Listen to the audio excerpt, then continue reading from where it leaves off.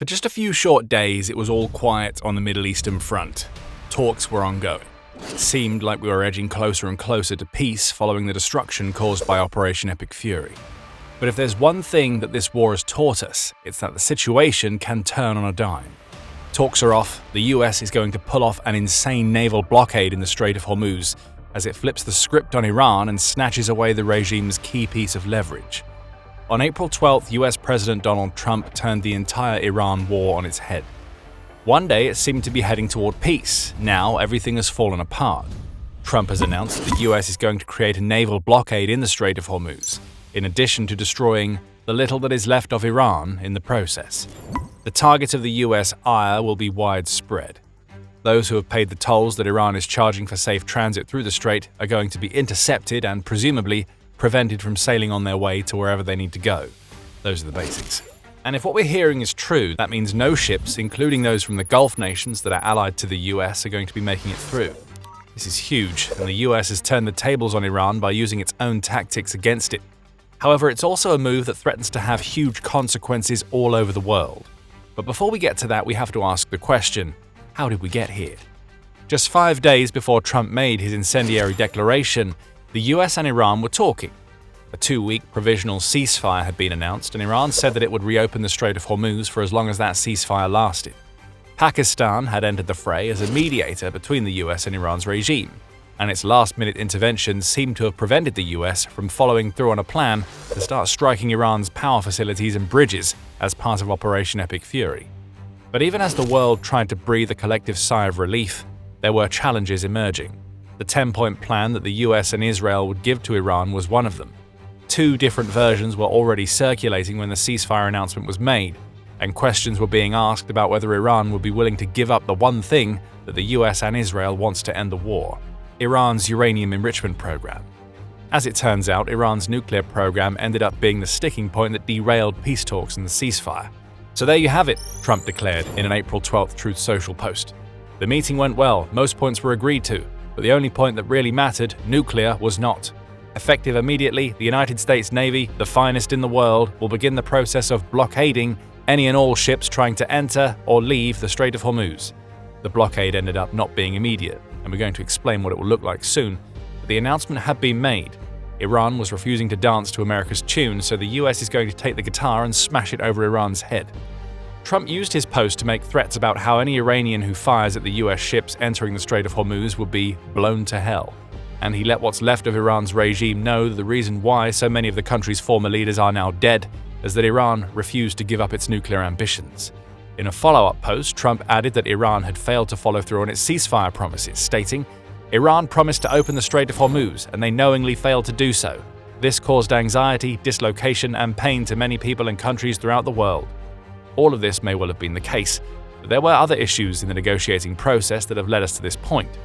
Israel didn't help matters. Just hours after the US announced the ceasefire with Iran, Israel attacked Lebanon with a massive aerial blitz that the BBC reports killed 303 people and wounded another 1,150. Israel claimed that Lebanon wasn't part of the ceasefire. Iran would have looked at that attack and known that Israel was trying to attack Hezbollah, which is an Iranian proxy operating in Lebanon. For Iran, that may well have meant that the ceasefire had been broken almost as soon as it had started. Other issues, as reported by Time magazine, may have been that the US offer simply wasn't good enough for Iran. It reports that the US was going to propose lifting sanctions on Iran and bringing the country back into the international fold, perhaps even through a partnership of some sort with the US. But Iran saw the nuclear program issue as the main sticking point, and it may have believed that its position in the Strait of Hormuz gave it the leverage that it needed to ask for more. US Vice President J.D. Vance claims that the US made its best final offer to Iran in Pakistan. But that offer, including the end of Iran's uranium enrichment program, meant that Tehran's regime was unable to save face. In the end, it all comes down to pride. Iran doesn't want to be humiliated by what it sees as a total surrender by giving up its nuclear ambitions, and the US won't leave until those ambitions are squashed. So we are where we are now. Knowing that the Strait of Hormuz is Iran's most important piece of leverage, the US has made the most insane move of flipping the script with its own blockade of the strait. Trump believes that this will do the trick. "They haven't left the bargaining table. I predict they come back and they give us everything we want," Trump said during an interview with Fox News, adding, "And I tell my people, I want everything. I don't want 90%. I don't want 95%. I told them I want everything." A dangerous game of naval chicken is about to start. The US is going to send in warships to create a blockade that Iran had already created using fast boats and drones. That's the big shift. Control is being taken, but here's where this gets serious. We still don't know exactly how America's blockade is going to work. What we do know is that preparation has started. The US is already sending vessels into the Strait of Hormuz, though they aren't part of the direct blockade. At least, not yet. American warships are working their way through the strait on a minesweeping operation.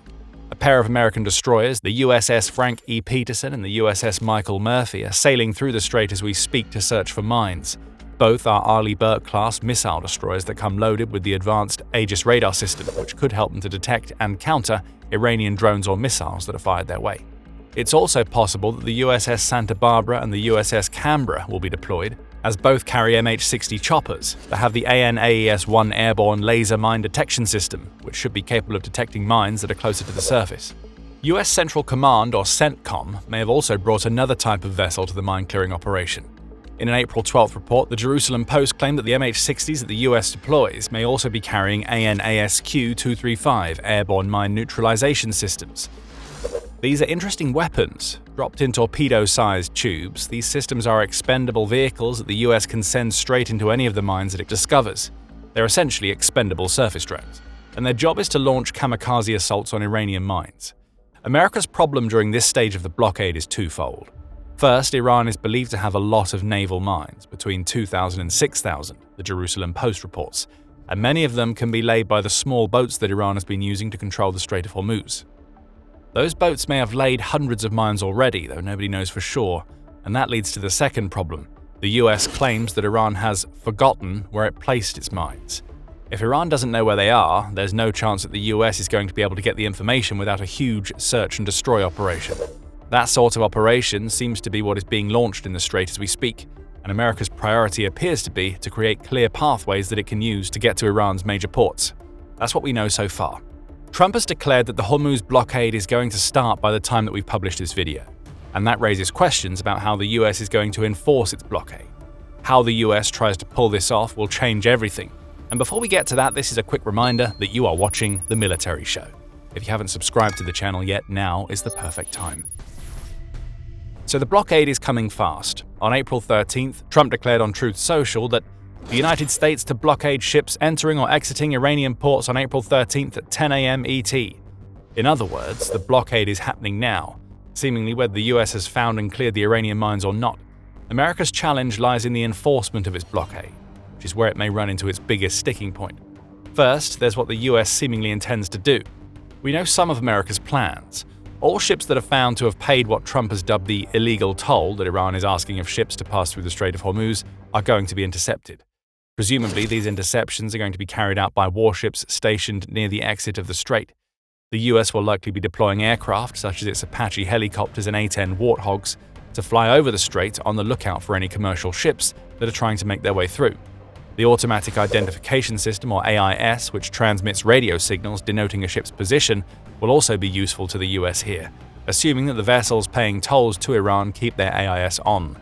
That covers the exit to the Strait of Hormuz. But what about the strait itself? The BBC says that the US Navy Commander's Handbook on Naval Operations Law, which was written in 2022, defines what the US is going to try to do with its blockade. That handbook defines a naval blockade as a belligerent operation to prevent vessels and/or aircraft of all states, enemy and neutral, from entering or exiting specific ports, airfields, or coastal areas belonging to, occupied by, or under the control of an enemy state. From that, we can glean that the US is going to be targeting as many of Iran's ports in the Strait of Hormuz as possible, as well as coastal areas from which it can launch smaller boats. Bandar Abbas, which is located at the northern point of the Strait of Hormuz's large bend, is a likely target. The US may also look to establish a naval presence around Hormuz Island and Larak Island, both of which Al Jazeera says act as gatekeepers for the Strait of Hormuz. The US may need to take those islands out of the equation, and it would likely strike them from the air rather than run ground operations to do so. Asaluya, which is a key Iranian energy hub and the gateway to Iran's portion of the South Pars gas field, is also likely to be a target. The same goes for Karg Island, through which 90% of Iran's oil exports flow. Both of these locations lie deeper into the Strait of Hormuz, so a blockade of them can only realistically be carried out if the US handles the other ports and islands closer to the strait's mouth first. That covers vessels that attempt to transit the strait from Iranian ports. Then there are the vessels coming from other Gulf nations that rely on the Strait of Hormuz to consider. According to the New York Times, CENTCOM has already declared that it won't impede the freedom of navigation for ships that attempt to travel through the Strait of Hormuz from non-Iranian ports. A big sigh of relief would have echoed through the rest of the Gulf region at that news. However, James Krasker, who is a professor of international maritime law at the US Naval War College, tells the New York Times that ships sailing from those nations aren't completely out of the woods. Krasker says that parties that are at war, which include both the US and Iran, have the right to stop and inspect any private vessels passing through our neutral waters. The Strait of Hormuz fits that bill. So, though the US says that it will allow vessels from non-Iranian ports to pass, Iran could attempt a counter-blockade of its own to stop them from moving. The key takeaway here is that all of this is legal, in a way. That goes as much for Iran's blockade as it does for the one that the US intends to implement. Both are classified as belligerents under international maritime law, and that classification is what leads them to being able to do what they're trying to do in the Strait of Hormuz. Every vessel that isn't operated by Iran or the US is neutral, and thus may be subjected to stops and inspections when sailing through the contested waters. Legality may not be an issue for the US, but the real problem it'll face with this blockade is the Iran-sized elephant that is in the room. All we've spoken about so far assumes that the US can pull off its blockade without a hitch. The warships will sail in, likely accompanied by aerial power, and they'll stop Iran from sending tankers and commercial vessels out from its ports. Simple, yes, but not easy. The one thing this scenario overlooks is the fact that any warships at the US stationed in the Strait of Hormuz make themselves targets for Iran. Slow-moving targets at that, as they'll be sticking close to Iran's ports. Iran has already highlighted the key challenge with that approach. When US Navy ships crossed the Strait of Hormuz on April 11th, just a day before Trump announced the blockade, the Islamic Revolutionary Guard Corps, or IRGC, immediately started throwing around threats. A firm and forceful response was promised to any US ships that tried to blockade the strait, and the IRGC also used Iranian media to claim that it forced the US destroyers that had entered the Strait of Hormuz to turn around after it launched a drone in their direction. How true these claims are remain to be seen, but the one thing we do know is that Iran intends to turn the Strait of Hormuz into what Fortune dubs a kill box. The mines it's laid play a role in creating that box. Drones and fast boats will be problems for both the US warships and commercial vessels that America allows to pass through the strait. Blockading Iran's ports may stop Iranian tankers in their tracks, but it does nothing to halt fast boats launching from tiny coastal ports or drones being fired from hidden locations. That's the big problem that the US has to solve.